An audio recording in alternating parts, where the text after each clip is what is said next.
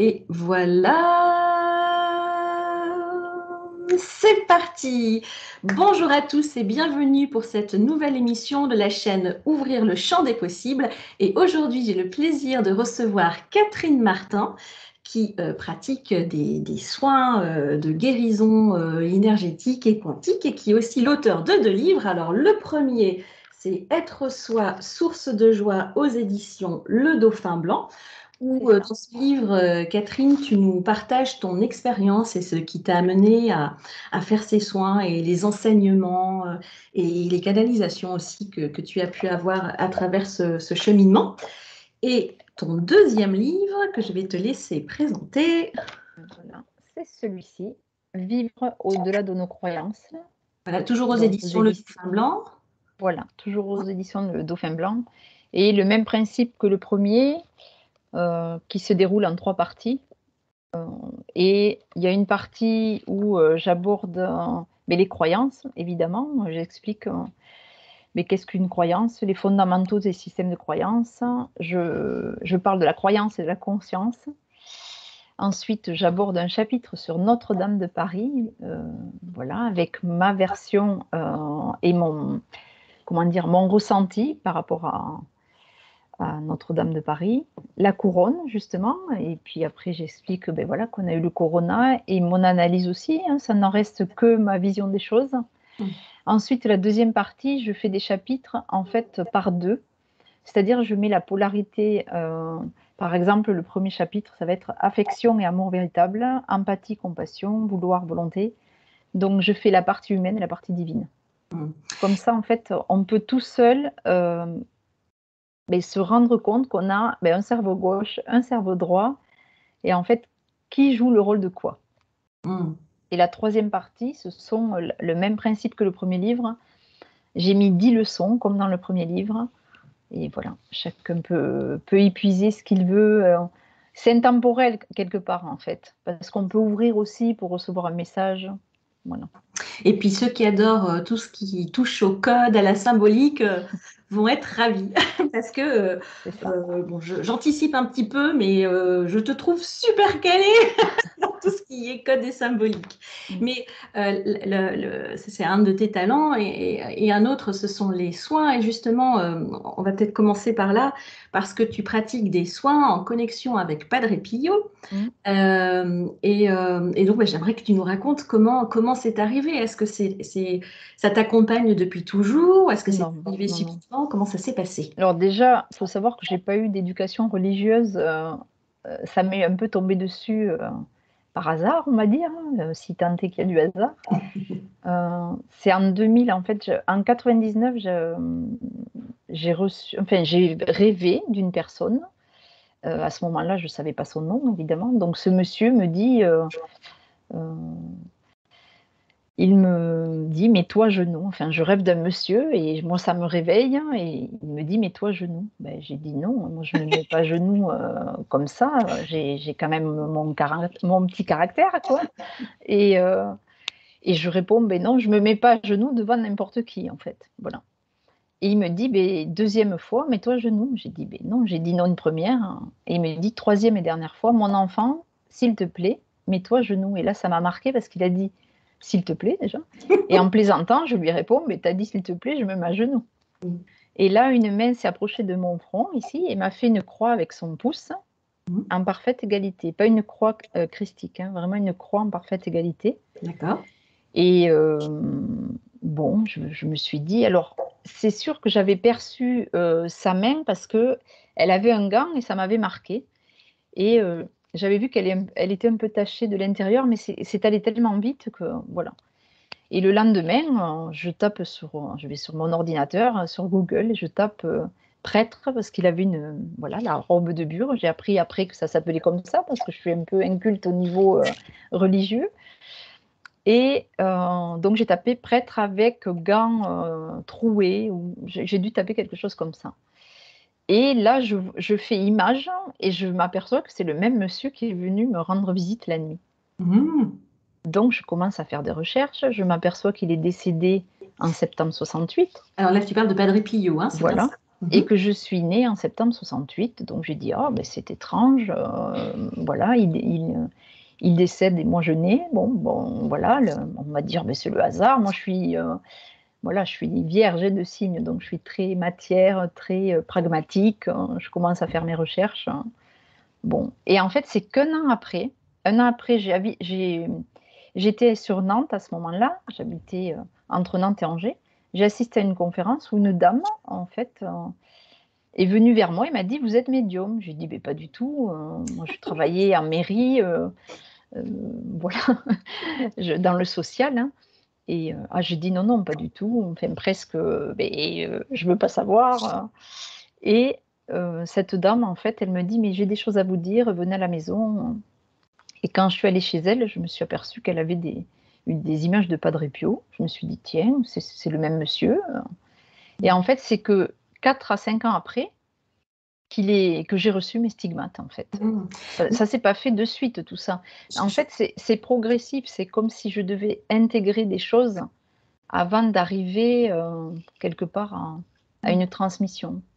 Je fais juste une petite parenthèse parce que c'est vrai que pour ceux qui ne le connaissent pas, Padre Pio, c'était un prêtre italien, donc comme tu Oui, l'as dit, qui est né non, qui est mort en 68, mais qui est oui, né en 1887, qui a été canonisé en 2002 par Jean-Paul II, donc Jean-Paul II. considéré comme un saint, Mm. parce qu'il avait les stigmates du Christ, donc comme Oui, tu disais sur les mains, et puis il provoquait également des guérisons miraculeuses, oui. entre autres. Et il avait aussi un don de bilocation. Oui, c'est vrai. Voilà. Ce qui n'est pas négligeable parce qu'il était s'en là est quand aussi. même beaucoup servi.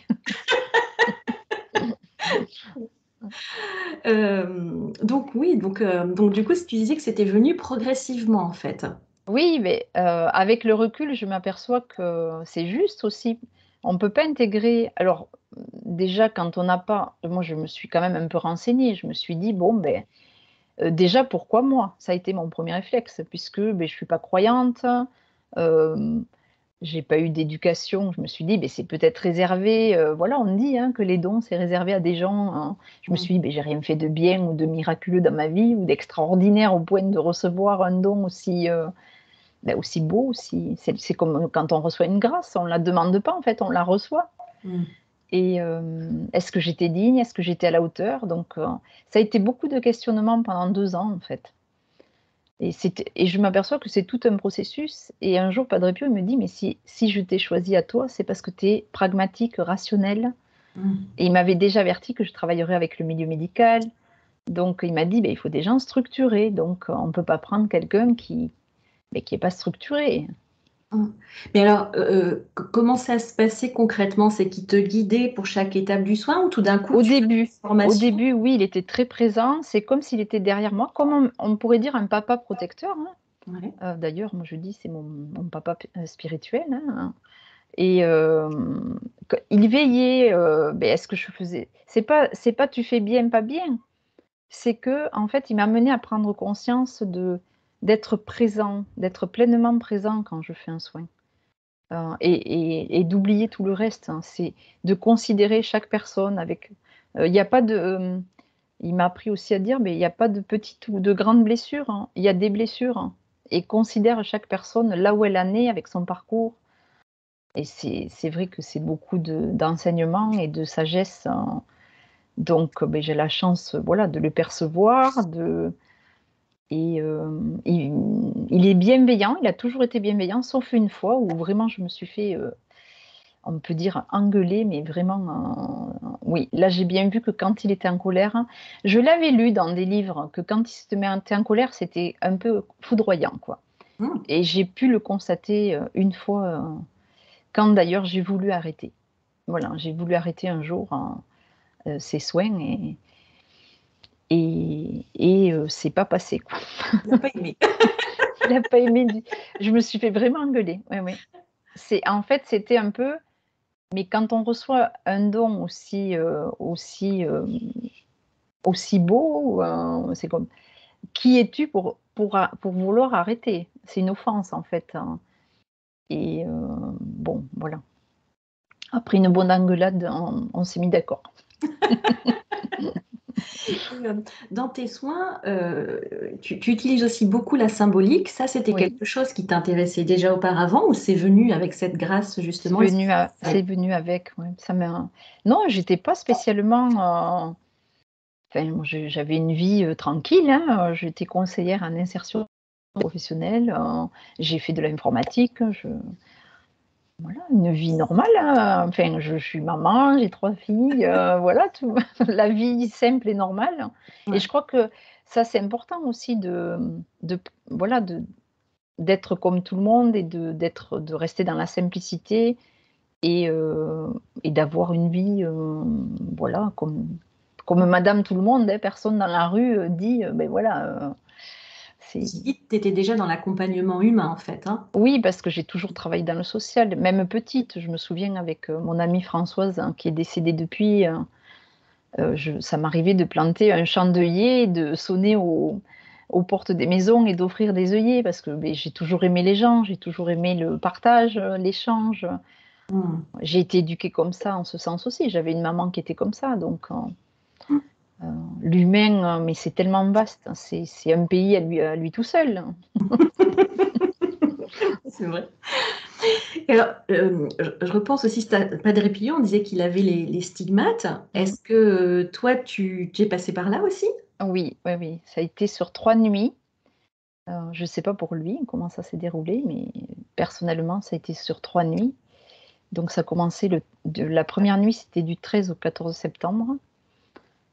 Euh, Ensuite, il y a eu du 14 au 15 septembre et du 16 au 17 septembre. Et en fait, en recherchant quand est-ce qu'il avait reçu les stigmates, je me suis aperçue que c'était pour lui-même le 17 septembre. ah oui, Et d'accord. ça, je ne le savais pas avant de les recevoir. Et je ne savais même pas que j'allais les recevoir. Je ne savais même pas en quoi ça consistait. Hmm. Il a été présent pendant les 3 nuits, mais la particularité, en fait, c'est que c'est la main gauche qui a été perforée par, on pourrait dire, un rayon de lumière dans la main gauche. Et en fait, Bouddha est apparu grandeur nature. Et ce qui m'a... Alors, j'avais tellement mal à la main que je regardais en même temps, mais j'étais un peu... Je tenais ma main parce que ben, j'avais mal, en fait.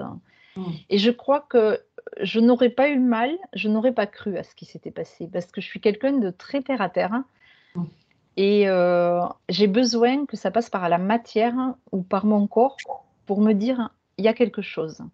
Je ne sais pas ce que c'est, mais il se passe quelque chose dans mon corps. Hmm. Et c'est comme si je le vivais pas, je pouvais pas en prendre conscience.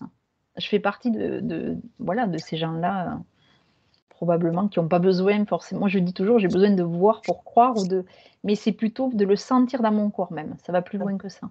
Hmm. Mais concrètement, c'est que tu avais les mains en sang? Comment Oui, ça se passe? alors, j'ai eu la première main, non.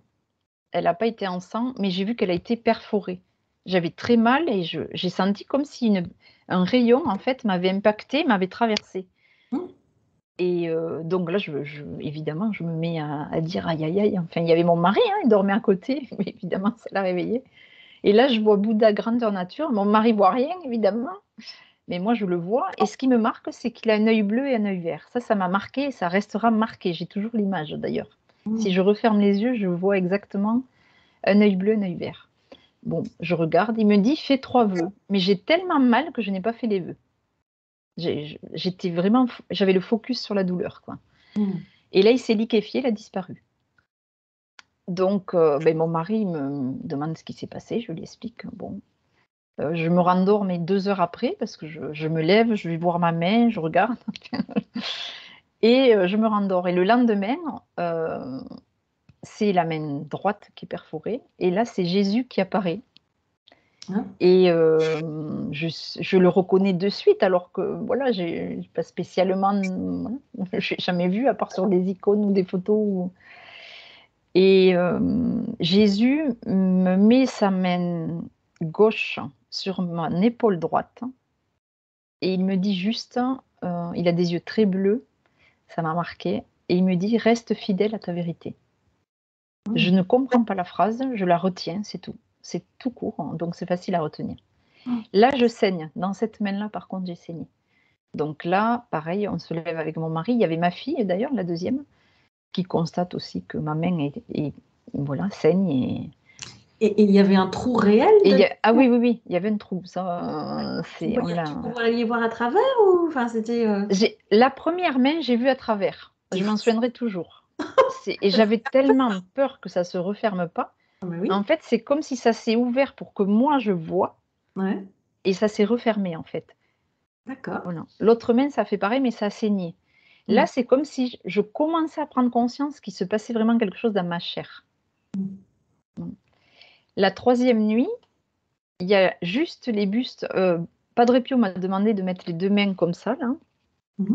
Et j'ai vu le buste de Bouddha et de Jésus s'unifier par un arc-en-ciel. Et en fait, cet arc-en-ciel s'est mis directement dans mon cœur. Waouh. Voilà. Ça s'est arrêté, ça a été fini après. Mm. Et j'ai entendu Padre Pio qui m'a dit: désormais, tu vas pouvoir décristalliser les êtres. Alors, je ne savais même pas que le mot existait. Je ne savais pas ce que ça voulait dire. Ça, c'était le 17 septembre, le dernier jour. Et un mois après, en fait, je me mettais à faire des soins. J'étais terrorisée parce que je ne savais pas ce que j'allais faire. Et il m'a dit: tu mettras juste les mains au-dessus de la tête comme ça. Et après, tu mettras les mains comme ça et tu sauras. Je serai là, tu sauras. Effectivement, alors la première personne que j'ai reçue, ça m'a marqué parce que c'était un cardiologue. Donc j'étais encore plus terrorisée parce que c'était le milieu médical, évidemment. Et ben, il s'avère que le monsieur était vraiment voilà, très content. Et puis ça, après, ça c'est allé très très vite. Mais justement, parce que même entre le moment où tu reçois cet arc-en-ciel dans le cœur et puis ton premier patient, cardiologue, en fait, il n'y a qu'un mois aussi. 3 semaines. Je Trois me semaines. souviens, ça, oui, à peu près 3 semaines. C'est que comment ça s'est fait? Ils sont venus à toi En naturellement? fait, non, c'est que dans le mois d'avant, j'avais parlé à un ami à moi et sa femme avait un souci de santé au niveau de la colonne vertébrale. Je lui dis: bah, écoute, voilà, style, ça mange pas de pain, je vais mettre ma main dessus, on sait jamais, si ça peut faire du bien. En tout cas, ça fera pas de mal. Et sauf que la dame, elle avait plus mal. Et moi, je me disais: waouh, c'est incroyable ces mains quand même. Parce que ça peut faire des petites mains.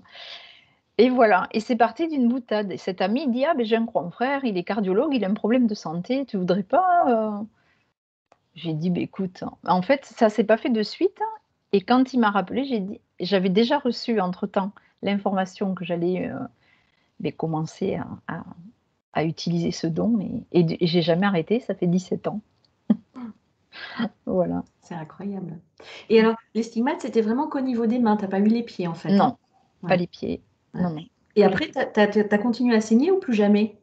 Ça s'est fermé et justement, le jour où j'ai voulu arrêter, alors moi je priais, alors à ma prière à moi, je spécifie, je me disais: «Mais faites que ça ne s'ouvre jamais pour pas que ça se voie». J'étais mais vraiment terrorisée à l'idée que ça se voie.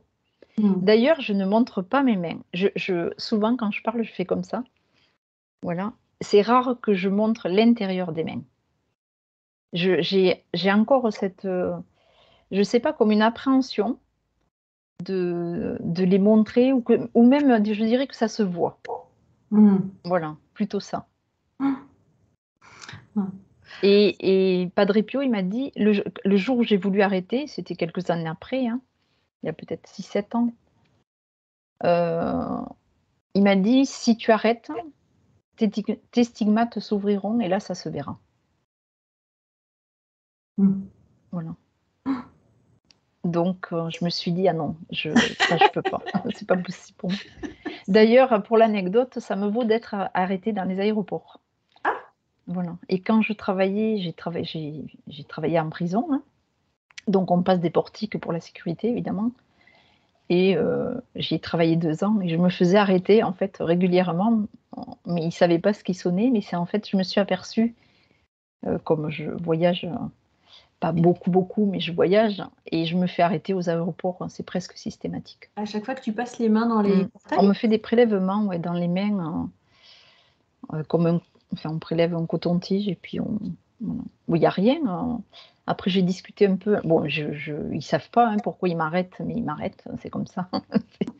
Mais c'est qu'ils doivent la machine doit détecter quelque chose, hein, et chaque fois on me fait un prélèvement dans les mains, voilà. Ah, c'est fou ça. Ça c'est fréquent, ouais. Et alors, tu disais que ton premier soin, voilà, Padre Pio t'expliquait comment positionner les mains. Est-ce que ce soin a évolué après avec le temps?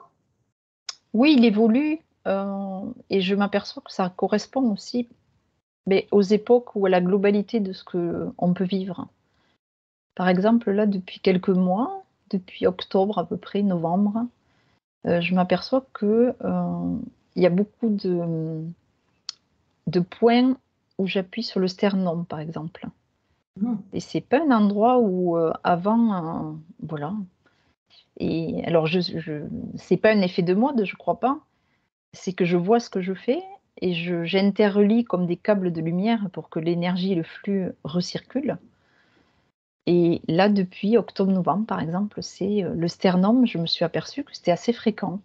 Mhm. Et tu le comprends comment ça aujourd'hui? Enfin, si tu as l'info? Je s Pour moi, c'est lié à une transformation, en fait, au niveau de la structure de l'humain, je le dirais comme ça. D'accord. Ouais, quelque chose qui doit s'expanser au niveau de la dimension humaine. Parce que le Mhm. sternum, il peut ouvrir et libérer la cage thoracique et quand je le fais, je vois bien que ça c'est pour expanser quelque chose pour, ou pour, que la personne, elle se déploie ou, et je trouve que c'est quelque chose dans ma semaine, par exemple, sur 4 consultations dans la journée, c'est pas rare qu'il y ait une de ces personnes. D'accord. Donc ça fait beaucoup au final. Mhm. Ouais. Ça c'est et voilà, ça c'est un constat que j'ai fait, depuis octobre-novembre, oui, c'est tout frais. Ça me fait penser aussi, c'est que avant cette connexion avec Padre Pio, déjà tu canalisais et tu voyais, c'était déjà un don que tu avais ou pas? Oui, après j'avais un don depuis toute petite, mais D'accord. que j'utilisais pas forcément. C'est un don transgénérationnel, donc Ouais. puis quand on est petit, un don, c'est normal, hein, il y a rien d'extraordinaire, hein. Voilà, c'est comme, aller se brosser les dents avant d'aller se coucher, moi, je viens d'une famille où c'était usuel, on va dire, hein, voilà. Enfin, il y avait quand même une sorte de préparation Mmh. en amont. Parce que dans une famille. Alors, c'est vrai que moi, là où je peux témoigner, c'est que j'ai eu la chance de faire des soins avec toi. Mmh. Et ce que je me rappelle, ce qui m'avait vraiment frappé, c'est quand tu disais que tu tirais le fil, le Mmh. fil d'argent, Mmh. et qu'en effet, enfin, c'était tout le corps était attiré, c'était Mmh. vraiment impressionnant. Mmh. Et d'ailleurs, enfin, quand on dit la vie ne tient qu'à un fil, donc ça serait ce fil qui nous C'est maintient en ça. vie, c'est ça? Oui, puis le fait de tout rassembler et de tirer ce fil, en fait, ça invite à l'impulsion de vie. Mm. C'est-à-dire que, c'est le mouvement, la vie, c'est le mouvement, rien n'est statique, en fait. Donc c'est amener la personne à l'autre étape de sa vie, à dire: ben voilà, accède à des nouvelles dimensions de toi, tu peux le faire». Mm. Voilà. Et alors bon, beh, j'ai la chance évidemment de voir de voir cela. Donc c'est plus facile pour moi, mais ce qui est important, c'est pas ce que je vois moi, c'est ce que la personne ressent. Mm. Le plus important, c'est ça. Mm. Ouais. D'ailleurs, je fais souvent appel au ressenti de la personne pendant la consultation. J'ai vu avant, mais je l'invite à ressentir. Mm. Le plus important, à mon sens, c'est qu'elle ressente. C'est pas ce que je vais dire ou ce que je vais faire qui est important. Mm. Et alors, je ne sais pas si c'est toujours le cas, mais à l'époque aussi, tu avais toute une première partie où tu utilisais beaucoup la symbolique. Oui, toujours. Ouais. En fait, parce que c'est donner du sens. Je crois que et je le vois avec les adolescents, c'est qu'ils ont plus le sens et si on leur, on se sert de ça, comme je fais dans les consultations avec le prénom et la date de naissance et qu'on redonne du sens en fait à dire: «Beh, tu vois, voilà, il y a tel chiffre et ça veut dire ça et ça amène tel comportement de la psyché. Voilà pourquoi tu fonctionnes comme ça. Voilà pourquoi». Et en fait, je l'ai eu encore hier avec un adolescent et il me dit: «Mais retrouver du sens, c'est en fait, c'est comme si vous me rallumiez de l'intérieur». J'ai trouvé ça beau. Mm. Et oui, parce qu'en fait, on l'éclaire, hein, d'une certaine façon et si on allume des parties de lui et qu'il se retrouve dans ce qu'il est, il retrouve le sens du pourquoi il est là Mm. et ça va le réconcilier avec lui-même et avec, donc autrui, l'entourage ou ses amis, et avec la vie elle-même. Parce qu'on dissocie souvent. Hein. D'ailleurs, j'aime bien quand j'entends les gens dire « je remercie la vie », je leur dis « mais c'est qui la vie pour vous ?» Elle fait partie intégrante de nous, la vie. C'est plutôt « je me remercie d'être dans le flux de la vie » ou d'être dans ce mouvement. C'est s'intégrer dans le tout. Et souvent, on dissocie « je remercie mes anges »,« je remercie… » Non, c'est un tout, c'est ensemble. Et on doit retrouver ce côté ensemble qui ne fait qu'un, en fait, pas dissocié. C'est pour ça qu'il y a autant de difficultés. Alors, voilà, la dichotomie, la dyspraxie, la dyslexie, en fait, c'est dissocié. Donc, non, c'est unifié qui va être important. Et je crois qu'on arrive à une époque où on doit faire cette prise de conscience aussi. De l'unification. Oui. Ça me fait penser sur tes soins finalement. Est-ce que tu as la sensation qu'au-delà d'apporter du bien-être et d'aider la personne dans ses problématiques, est-ce que tu as la sensation qu'il y a une ligne directrice, en fait, une direction, c'est peut-être cette unification, enfin, est-ce que… C'est revenir à l'unité. Ouais. Je crois que la ligne directrice, elle est là. Mm. En fait, pour moi, on est né avec. On arrive dans l'unité et c'est comme si après on allait se dissocier de par en fait l'éducation religieuse, parentale, scolaire, sociétale. En fait, ça va nous dissocier. Et c'est comme si là, on se remettait en chemin, en mouvement pour se retrouver. C'est quand même cocasse. Hein. D'ailleurs, on arrive nu. Et l'anagramme de nu, c'est bien un. Donc finalement, si on arrive nu, c'est qu'il y a quelque chose de pur. Dans l'unité, ça veut dire pur. Hein. Ça veut dire dans son essence originelle, quelque part. Personne n'arrive habillé, enfin, pas encore en tout cas, mais quoique maintenant, on s'attendra à tout. Hein. Mais je trouve ça beau d'arriver nu, ça veut dire on est vierge de tout. Donc c'est comme si en fait on allait apprendre, mais finalement apprendre, est-ce que c'est pas désapprendre? On peut se poser cette question. Et avec le temps, moi je me dis, mais je sais rien et je veux plus rien savoir quelque part. Parce que l'instant, il est tellement précieux, il y a tout dans l'instant. C'est vrai que sur apprendre, on dit que finalement, apprendre, c'est découvrir à chaque minute l'étendue de notre ignorance. Oui, c'est ça. Et à la fois, peut-être dans 2 heures, et puis c'est toujours apprendre, désapprendre quelque part, ou revisiter la copie, ou je croyais, je crois plus. Qu'est-ce que les croyances et qu'est-ce que la foi? Mais dans mon 2e livre, c'est ce que j'aborde. Et on s'aperçoit que finalement, la vie, c'est une aventure humaine à chaque seconde. Et maintenant, avec tout ce recul-là, comment tu comprends cette symbolique de la croix égale et que tu as reçue sur le Mais front? justement, d'unifier. Je me dis que le point central, c'est le milieu, et le milieu, c'est le centre, et le centre, c'est nous. Je fais partie intégrante d'un tout. Si en permanence, je sais me recentrer, me mettre au milieu, j'ai la conscience que je suis dans le tout. Alors que si j'ai eu un des axes, hein, l'axe de la verticalité ou de l'horizontalité qui est déplacé, je ne suis pas au milieu. Je vais être désaxée, ébranlée même émotionnellement, ou bancale. Et c'est vrai que ça me rappelle que ton premier soin, j'avais vraiment eu cette sensation que tu remettais dans un axe, en fait. Voilà. Vraiment cette sensation-là. C'est ça. D'ailleurs, dans le 2e livre, j'ai fait un paragraphe qui s'appelle La croix de l'axe.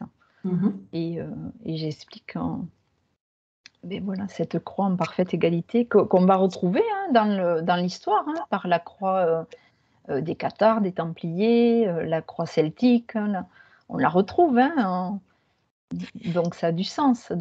En fait, on s'aperçoit que dans les lignes de temps et dans cette traversée, cette croix, elle existait aussi. Et ça laisse des traces. Conscientes ou inconscientes d'ailleurs. Et toutes ces connaissances liées à la symbolique, en fait, comment c'est venu? C'est parce que tu reçois des enseignements de Padre Pio et plus particulièrement, ou c'est que… Pas que. En fait, dans la mesure où la personne, elle vient en consultation, je considère que j'apprends avec elle et que c'est grâce à elle que je vais découvrir. Hier matin ou avant-hier, j'avais une dame est venue que je connais bien, hein, et j'ai sorti un mot, je ne savais même pas qu'il existait. Alors Dieu sait si j'aime le vocabulaire pourtant. Et je lui ai même dit: «Est-ce que ça existe?» Et je me suis permis de prendre mon téléphone et de vérifier l'orthographe parce que j'attache de l'importance à la langue, et le mot existait. C'est le mot paisibilité. Voilà, c'est pour cette dame, on lui a dit: «Beh, tu atteins, voilà, la paisibilité», et elle me dit: «Mais oh, c'est beau!» Et il s'avère que la dame, c'est une institutrice en activité, hein. Et elle me dit: «Mais c'est vrai, c'est comme ça que je ressens», et on a regardé la symbolique du mot, et moi, il y aurait pas les gens qui viennent en consultation, mais je peux pas savoir tout ça. Donc je dis toujours que c'est ensemble que j'apprends, et j'apprends à travers eux et au travers d'eux, et je trouve ça magnifique, et ça ramène aussi à l'humilité de dire: «Beh, je sais rien, avec vous, je vais apprendre», Puis j'entends que et cette symbolique, elle descend comme ça, en fait, et puis j'entends aussi que quand tu disais qu'à un moment tu avais voulu arrêter, finalement tu as refait la paix peut-être avec le fait de faire les consultations. J'entends cette beauté-là aussi. Euh, Oui, il y a ça, et je voulais arrêter parce qu'en fait, c'était un moment où j'étais sursollicitée. C'est-à-dire que quand on a 9 mois d'attente dans des rendez-vous, pour moi, c'était pas du succès, c'était effrayant, c'était l'inverse, mm, et parce que je me mets à la place des gens, et je me dis quand ces gens-là, ils ont le rendez-vous, mais ils attendent quelque chose d'extraordinaire. Ça met de la pression, en fait. mm, Mais mon mari me disait: «Mais après tout, c'est leur problème à eux, c'est pas à toi de te mettre la pression, ils viennent te voir, pour une consultation, et c'est pas à toi avoir la pression, même quand les gens venaient de très loin, je me disais: «Mais ils prennent l'avion pour venir, mais c'est, enfin, on n'a pas le droit de décevoir», et en fait, juste en pensant ça, je me dénaturais, et à un moment donné, je préférais arrêter que de me dénaturer. mm, C'est là où j'ai voulu arrêter. mm. Et alors c'est pas justement en revoyant la situation que t'as pu changer la donne, en fait. Oui, c'est le voir autrement, en disant: «Beh, voilà, tu as reçu un cadeau, tu en fais quoi?» Mm, C'est plus qu'un cadeau, c'est une grâce, donc est-ce que tu vas le garder pour toi? Et je me suis dit: «Mais non, c'est de l'égocentrisme», donc si, ça m'est tombé dessus, c'est pour servir, mm, et sers avec ton humilité, avec ton cœur, avec, ce que tu es, ce que tu sais faire de mieux. Beh, tu aimes les gens, et beh, continue à les aimer, et ne te mets pas cette pression qui a pas lieu d'être. mm. Parce que dans tous les cas, ce que je me suis aperçue, c'est que si on fait, on est critiqué, on fait pas, on est critiqué. Beh, j'ai choisi de me faire plaisir, et d'agir, beh, voilà, du mieux que je peux, et j'espère que je m'améliore de mieux en mieux, quoi. Voilà. Ah, c'est chouette. Et justement, bah, ça m'amène à euh, enfin, j'entends que c'est une des leçons de ton cheminement. Est-ce qu'il y en a une autre que tu veux nous partager? Est-ce qu'il y a surtout un message que tu voudrais transmettre pour clôturer cette interview? Beh, d'aimer, je crois, d'aimer, de partager. Je crois que pour moi, ça donne du sens. Hmm. Le reste, C'est un beau message. c'est ce que j'ai toujours fait, et puis, c'est pas que je m'applique à le faire, hein, mais parce que c'est naturel, et c'est surtout aussi prendre du temps pour soi. Parce qu'en fait, on nous a tellement dit que, surtout quand on a, la chance voilà, d'avoir reçu, un don, on sait que c'est pour servir, et de trop servir, ça peut nous desservir.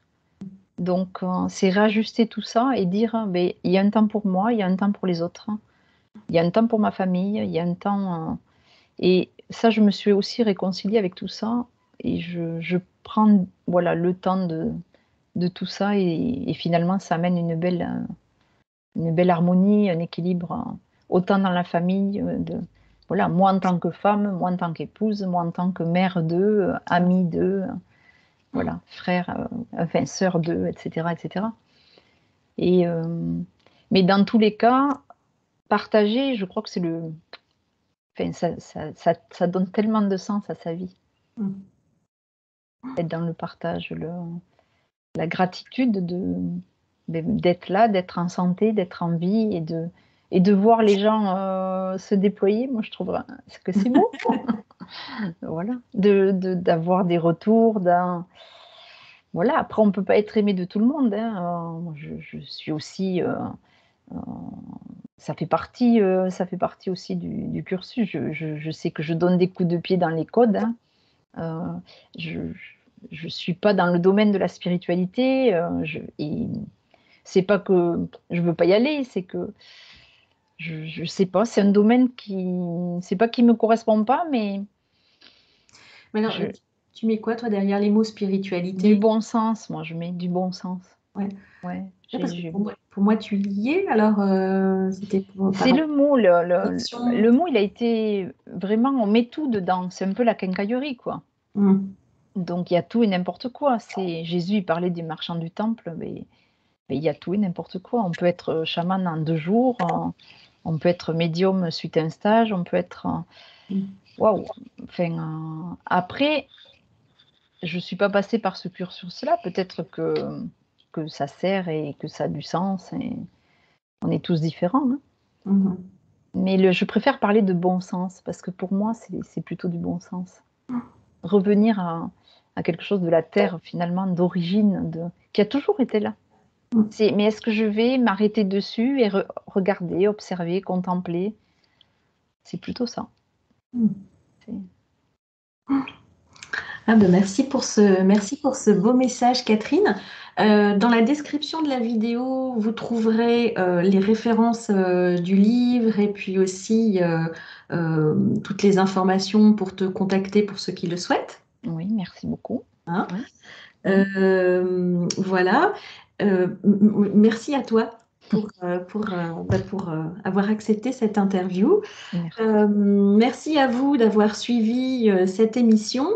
Pensez à vous abonner pour voir les prochains épisodes. Et puis, bonne journée à chacun. Belle journée, bel après-midi à toi. Et puis, voilà, soyez tous aimés, guidés, protégés. Et puis, prenez soin de vous et de ceux que vous aimez.